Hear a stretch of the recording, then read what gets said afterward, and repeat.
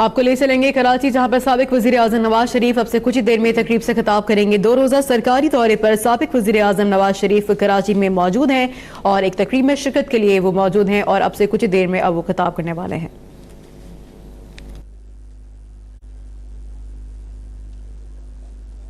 بسم اللہ الرحمن الرحیم۔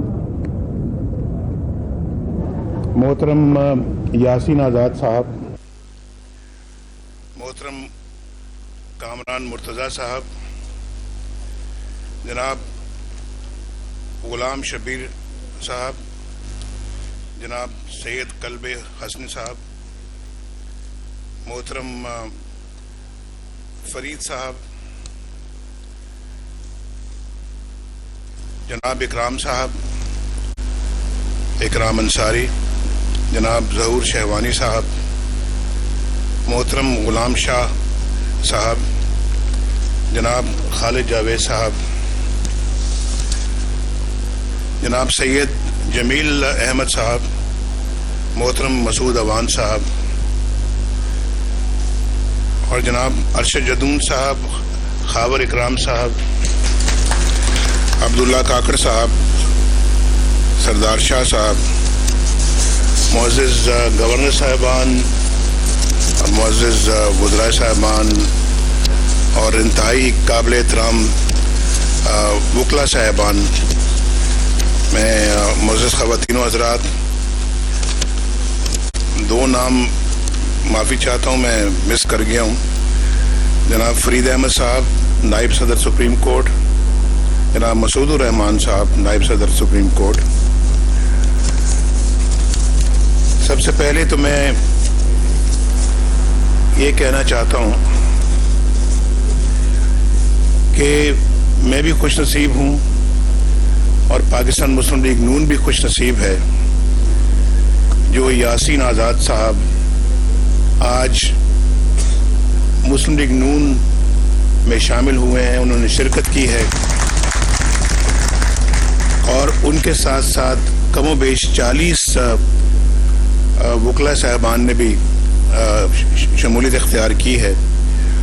یہ بہت خوشی کی بات ہے، آنر کی بات ہے مسلم لیگ کے لیے کہ اتنے ماشاءاللہ بڑے نام والے وکلاء صاحبان جو ہیں وہ مسلم لیگ میں شمولیت انہوں نے اختیار کی، اور یقیناً انشاءاللہ یہ بہت بڑا اثاثہ ثابت ہوں گے، نہ صرف مسلم لیگ کے لیے بلکہ اللہ کے فضل و کرم سے اس ملک کے لیے بھی۔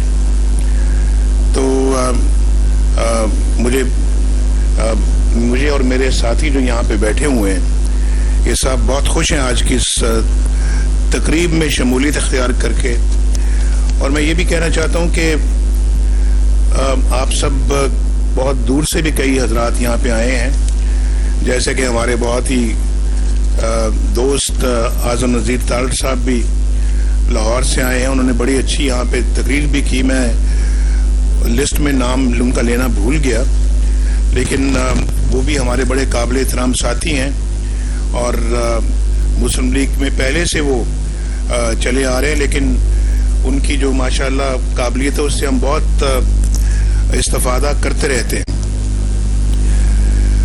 میں کچھ چیزیں آپ کے نوٹس میں لے کے آؤں گا جی، اور تھوڑا سا ذرا ہمت اور بردباری کے ساتھ مجھے سننے کی آپ کوشش کریں۔ وکلاء انسانی معاشرے کا انتہائی اہم حصہ ہیں، اور کوئی بھی معاشرہ صرف حقوق و فرائض کے واضح شعور اور ان کی پابندی سے ہی قائم رہ سکتا ہے۔ جب حقوق اور فرائض کا توازن بگڑ جاتا ہے تو جرائم جنم لیتے ہیں۔ انسانی معاشرے جرم کی روک تھام کے لیے مجرموں کو سزا دینے کا ایک نظام وضع کرتے ہیں جسے نظام قانون و انصاف کہا جاتا ہے۔ وکلاء اس نظام کا مرکز اور محور ہوتے ہیں۔ قانون کی بالادستی اور انصاف کی فراہمی ان کے کردار کا سب سے نمایاں پہلو ہوتا ہے۔ یہی وجہ ہے کہ مہذب اور جمہوری فکر رکھنے والے معاشروں میں وکلاء کے کردار کو عزت کی نگاہ سے دیکھا جاتا ہے۔ پاکستان کے حوالے سے وکلا کے شاندار کردار کا ایک معتبر تاریخی حوالہ بھی ہے۔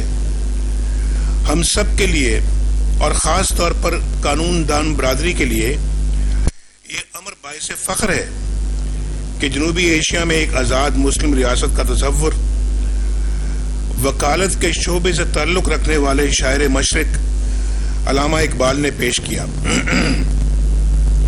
پاکستان کے قیام سے 17 سال قبل 1930 کے خطبہ الہ آباد میں انہوں نے پاکستان کے نقوش واضح کیے۔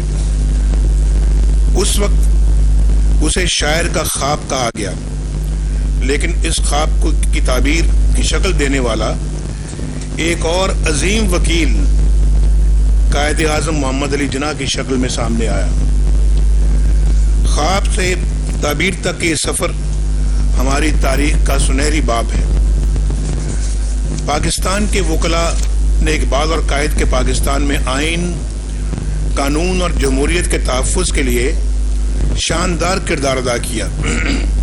آمریت کے خلاف بحالی جمہوریت کی ہر تحریک میں وکلاء ہراول دستے میں رہے، اور میں خود دیکھتا رہا ہوں بچپن سے لے کے آج تک کہ واقعی آپ ایک ہراول دستہ بنے رہے ہر تحریک میں۔ آمریت کے خلاف بحالی جمہوریت کی ہر تحریک میں وکلاء ہراول دستے میں رہے۔ ماضی قریب میں پرویز مشرف کے آمرانہ اقدامات کے خلاف وکلاء نے پرعزم کردار ادا کیا، اور معزول ججوں کی بحالی کے لیے چلائی گئی ان کی تحریک دیر تک یاد رکھی جائے گی۔ میں نے بھی عدلیہ بحالی کی اس تحریک میں ایک کردار ادا کیا تھا، اس لیے میں بھی اسی خوشی میں شامل ہوں جو وکلا برادری کو اس تحریک کی کامیابی سے حاصل ہوئی۔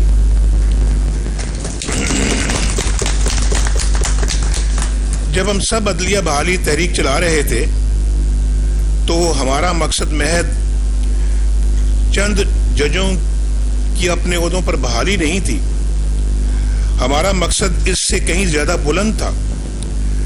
ہم یہ اصول تسلیم کرانا چاہتے تھے کہ کسی ڈکٹیٹر کو یہ حق نہیں دیا جا سکتا کہ وہ اپنی مرضی مسلط کرنے کے لیے ججوں پر دباؤ ڈالے، انہیں قید کرے اور انہیں عدالتوں سے نکال کر باہر کرے۔ ہم اس نظریے کی جنگ لڑ رہے تھے کہ جج صاحبان کو ہر قسم کے دباؤ سے آزاد ہو کر آئین اور قانون کے تحت فیصلے کرنے کا حق اور اختیار ہونا چاہیے۔ ہم اس اصول کا جھنڈا اٹھائے ہوئے تھے کہ پاکستان کا آئین ایک مقدس دستاویز ہے۔ اس آئین کے تحت بنائے گئے نظام قانون و انصاف کو مکمل طور پر آزادانہ، غیر جانبدارانہ اور منصفانہ ہونا چاہیے۔ معزز وکلاء صاحبان و خواتین و حضرات، ہم عدلیہ بحالی میں تو کامیاب ہو گئے، لیکن وہ صبح طلوع نہ ہو سکی جسے عدل کی تابناک صبح کہا جا سکے۔ جج صاحبان تو اپنے کھوئے ہوئے منصبوں پر یا عہدوں پر آ بیٹھے، لیکن پاکستان کے عوام کو وہ انصاف نہ مل سکا جو کسی مہذب جمہوری معاشرے کا حسن ہوتا ہے۔ پاکستانی عوام، میڈیا، سیاسی کارکنوں اور سب سے بڑھ کر وکلاء کی عظیم تحریک کے جو ثمرات اس قوم کو ملنے چاہیے تھے وہ نہیں ملے۔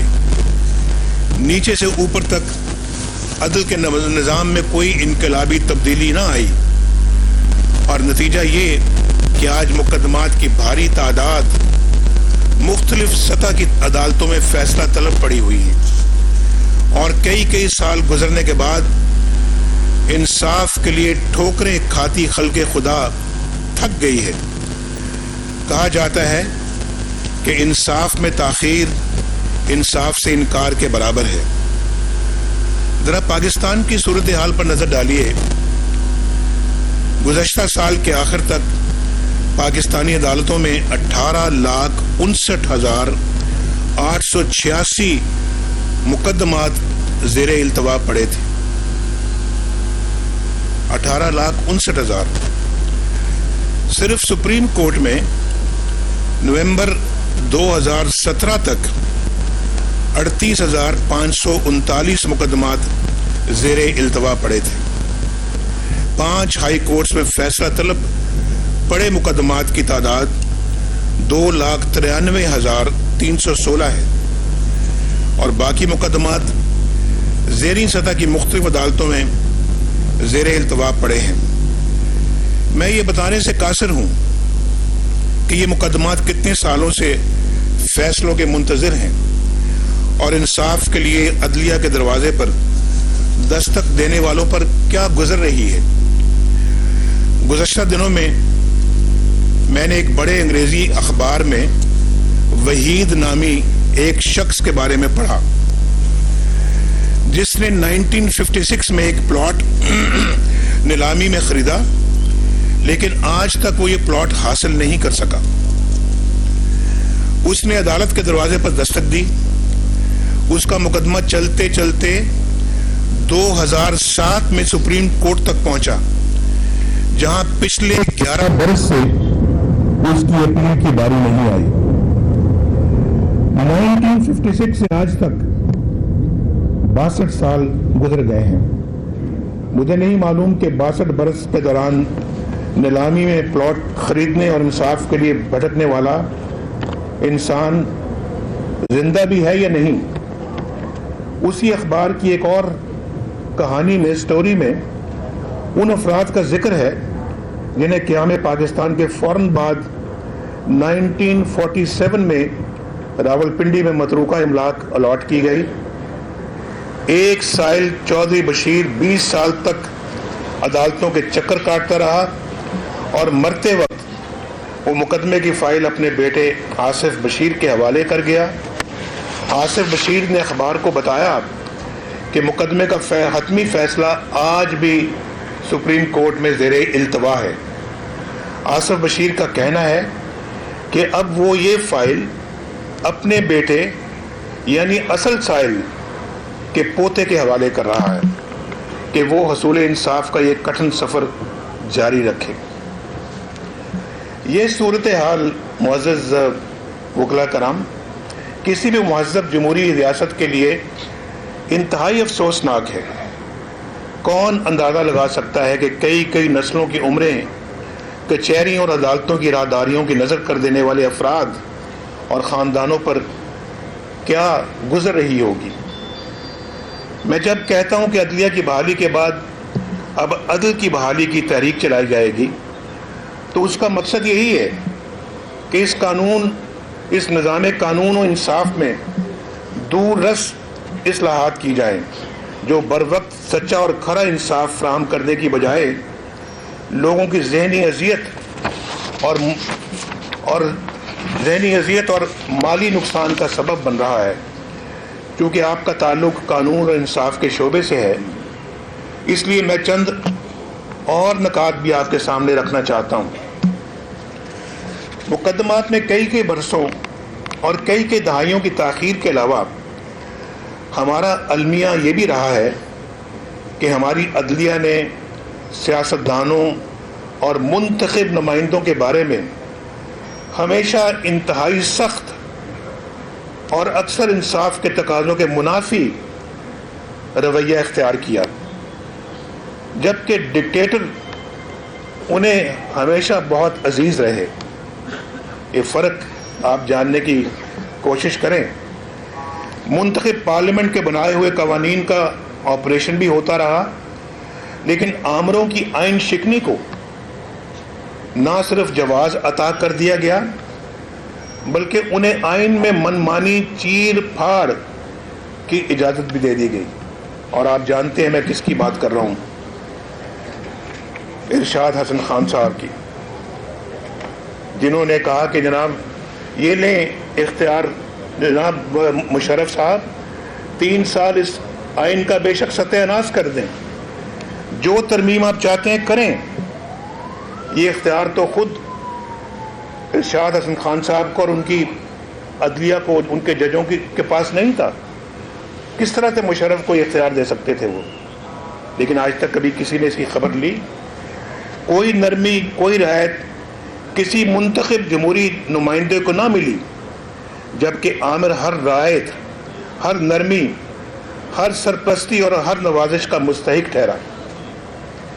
एक पहलू ये है कि सियासी नौइयत के मुकदमात हमारी अदलिया को हमेशा बड़े अजीज रहे हैं। इन मुकदमात के फैसले भी बड़ी तेजी से किए गए।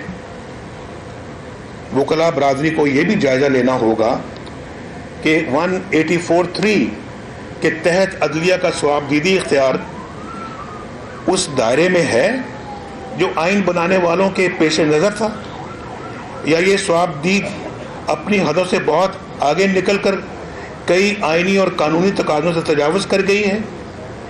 सवाबदीद का दायरा जब गैर महदूद हद तक फैल जाए तो सच्चे और खरे इंसाफ का दायरा नाइंसाफ़ी की हद तक सिमट जाता है। आपको इस पहलू का भी जायज़ा लेना होगा कि क्या रियासत के 3 बुनियादी सतूनों यानी मुक़न्नना पार्लियामेंट, लेजिस्लेचर, इंतज़ामिया इसको एग्जीक्यूटिव कहते हैं, और अदलिया जुडिशरी के दरमियान वो तवाज़ुन बाकी रह गया है जिसका तकाजा पाकिस्तान का आइन करता है। आपको हर किस्म की वाबस्तगी और तासुब से आज़ाद होकर कामिल गैर जानबदारी के साथ देखना होगा कि इन 3 सतूनों में से क्या कोई सतून अपनी हदों से बाहर तो नहीं निकल गया। मैं ये सवाल अपने ज़ाती तजुर्बे और मुल्क की हालात से वाकफियत की बुनियाद पर उठा रहा हूँ और पूछ रहा हूँ। आज वज़ीर आज़म का ओहदा मफलूज हो चुका है, मफलूज। और मैं अभी वज़ीर आज़म 4 साल रह के यहाँ पर आपके सामने ये बात कर रहा हूँ। वफाकी हुकूमत, वज़ीर आज़म और वफाकी काबीना की हैसियत ये रह गई है कि वो किसी इंतज़ामी ओहदेदार का तकर्रुर भी नहीं कर सकती, और रोज़मर्रा के अमूमी मामलात से लेकर पॉलिसी इक़दामात तक इंतज़ामिया मफलूज होकर रह गई है। अभी हाल ही में वज़ीर आज़म और वज़ीर आला का ये इख्तियार भी सल्ब कर लिया गया कि वो किसी अहम मामले पर जुडिशल कमीशन कायम करें। अगर रियासत का कोई एक सतून किसी दूसरे अहम सतून के हाथ पांव बांध कर बेबस और मफलूज कर दे तो रियासत का निज़ाम कैसे चलेगा, आइन की हुक्मरानी कैसे कायम होगी। अगर कोई सतून दूसरे सतून पर अपनी सवाबदीद के कोड़े बरसाने लगे तो क्या दस्तूरी निज़ाम बरकरार रह सकेगा। आपको ये भी देखना होगा कि सवाबदीदी इख्तियार के लंबे हाथ इंतज़ामिया को बेबस करने के बाद अब मुक़न्नना तक भी पहुँच चुके हैं, यानी लेजिस्लेचर तक भी पहुँच चुके हैं, पार्लियामेंट तक पहुँच चुके हैं। इस वक्त पार्लियामेंट का बनाया हुआ एक कानून अदालती बेंच के सामने है। मैं नहीं कह सकता कि अगर ये सिलसिला इसी तरह जारी रहा तो क्या इंतज़ामिया के बाद मुक़न्नना भी कानून साजी के आइनी और बुनियादी किरदार से महरूम कर दी जाएगी। क्या पार्लियामेंट के हर इक़दाम के लिए अदलिया की तौसीक ज़रूरी करार पाएगी। सोचने वाली बात है। बिलाशुबा ख़वातीन व हज़रात, अदलिया की आज़ादी किसी भी महज़्ज़ब रियासत के लिए बेहद ज़रूरी है। मैंने इस आज़ादी के लिए अमली जदोजहद की है।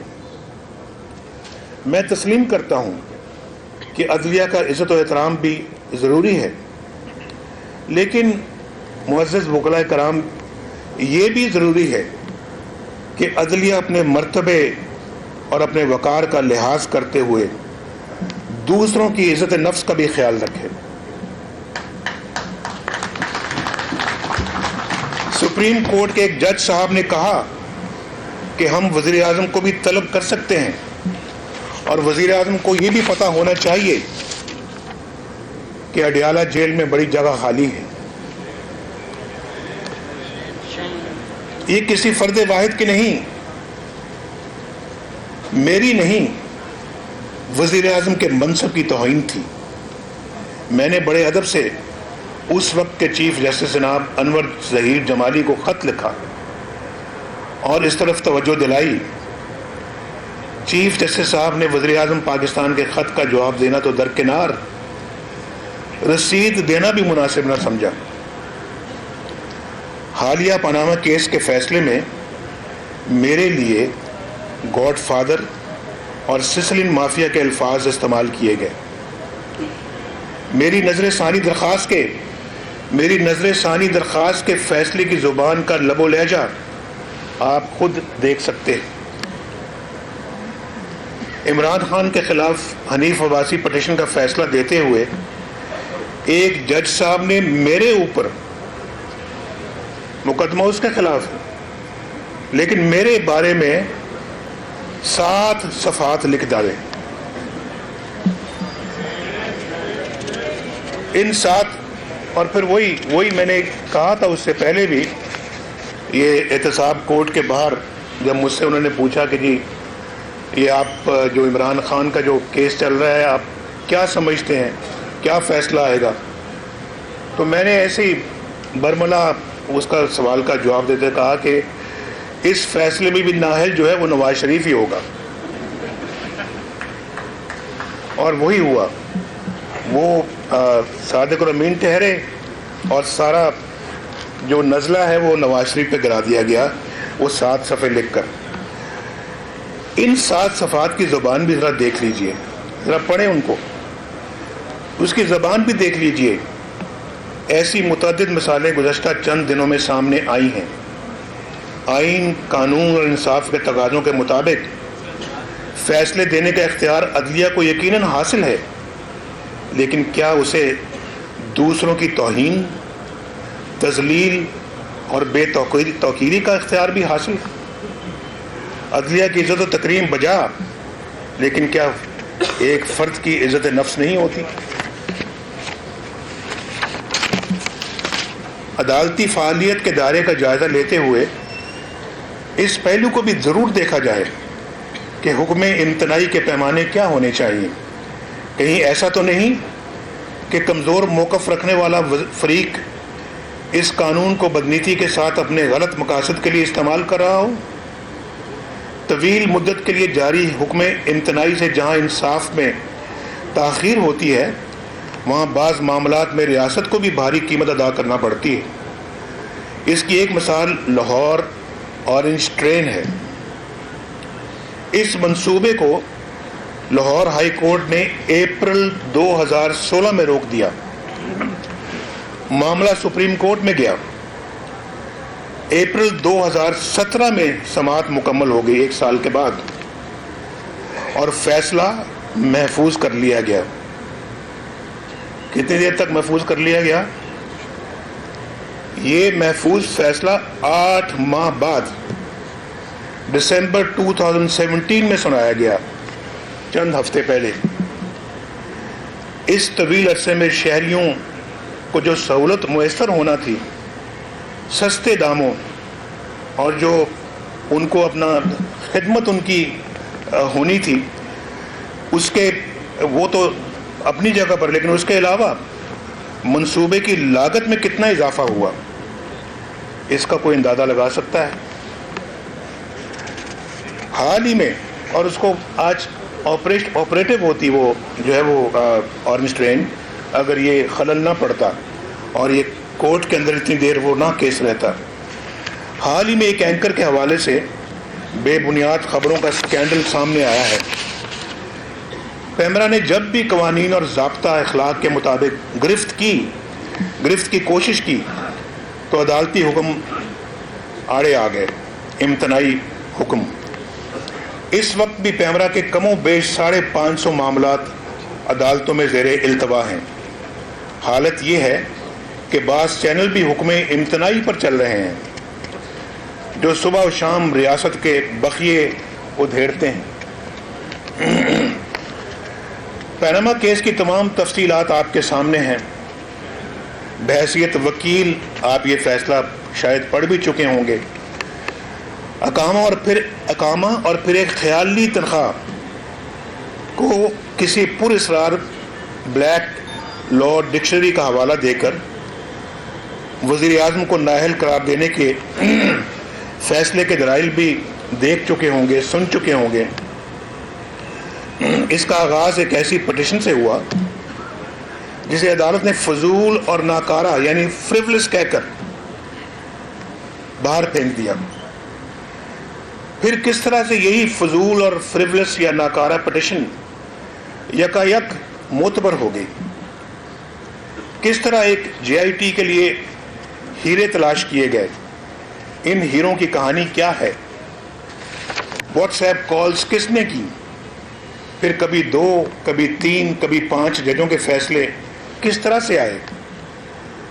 मैंने लाहौर में वकला ही की एक तकरीब से खिताब करते हुए 12 अहम सवालात उठाए थे।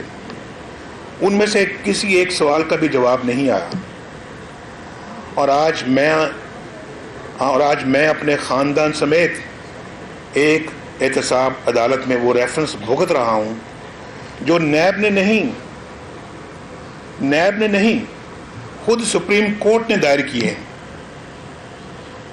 जिनके ऊपर मेरे खिलाफ फैसला देने वाले बेंच का एक जज बतौर मॉनिटर बैठा हुआ है और जिसके सर पर तलवार लटका दी कि वो एक मुतय्यन मुद्दत में फैसला सुनाए।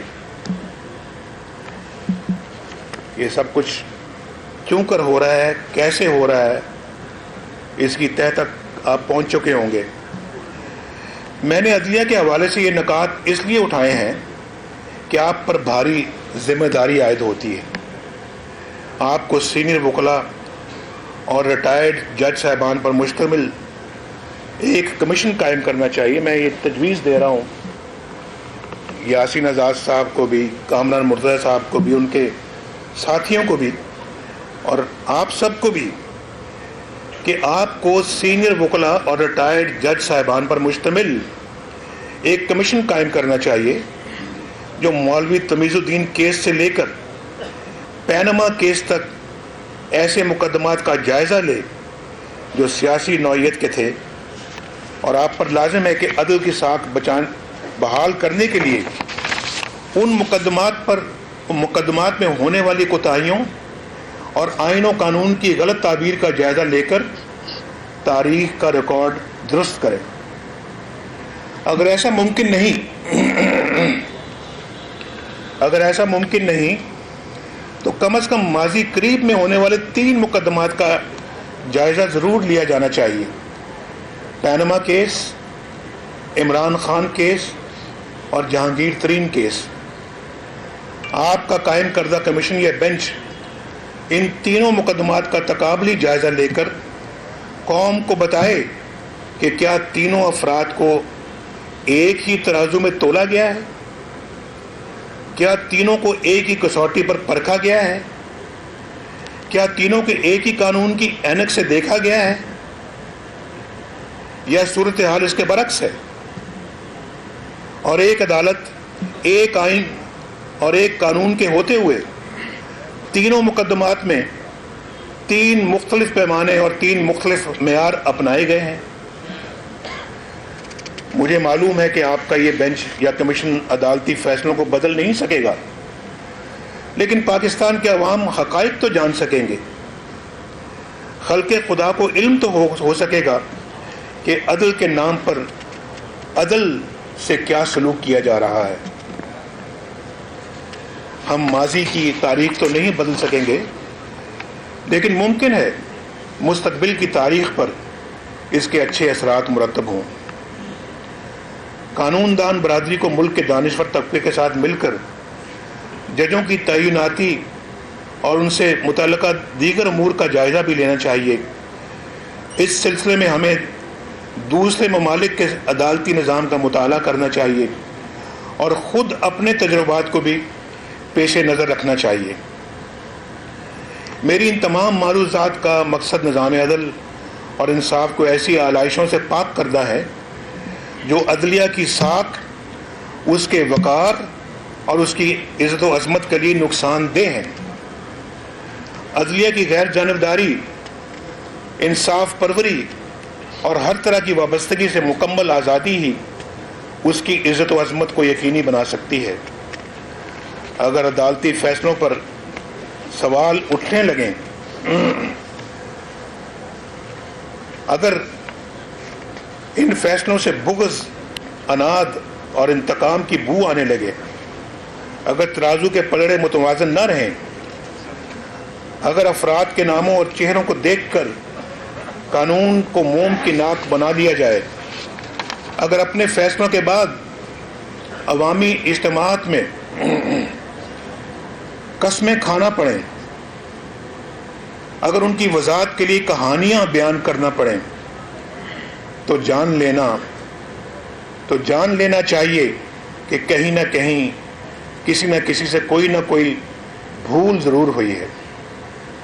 और आप अच्छी तरह जानते हैं कि अदल के ऐवानों से होने वाली भूल चूक कौम और मुल्क के मुकद्दर के लिए किस कदर मुहलिक साबित होती है। मुअज़्ज़ज़ वकला साहबान और मुअज़्ज़ज़ ख़वातीनो हज़रात, मेरी मारूज़ात खासी तवील हो गई हैं।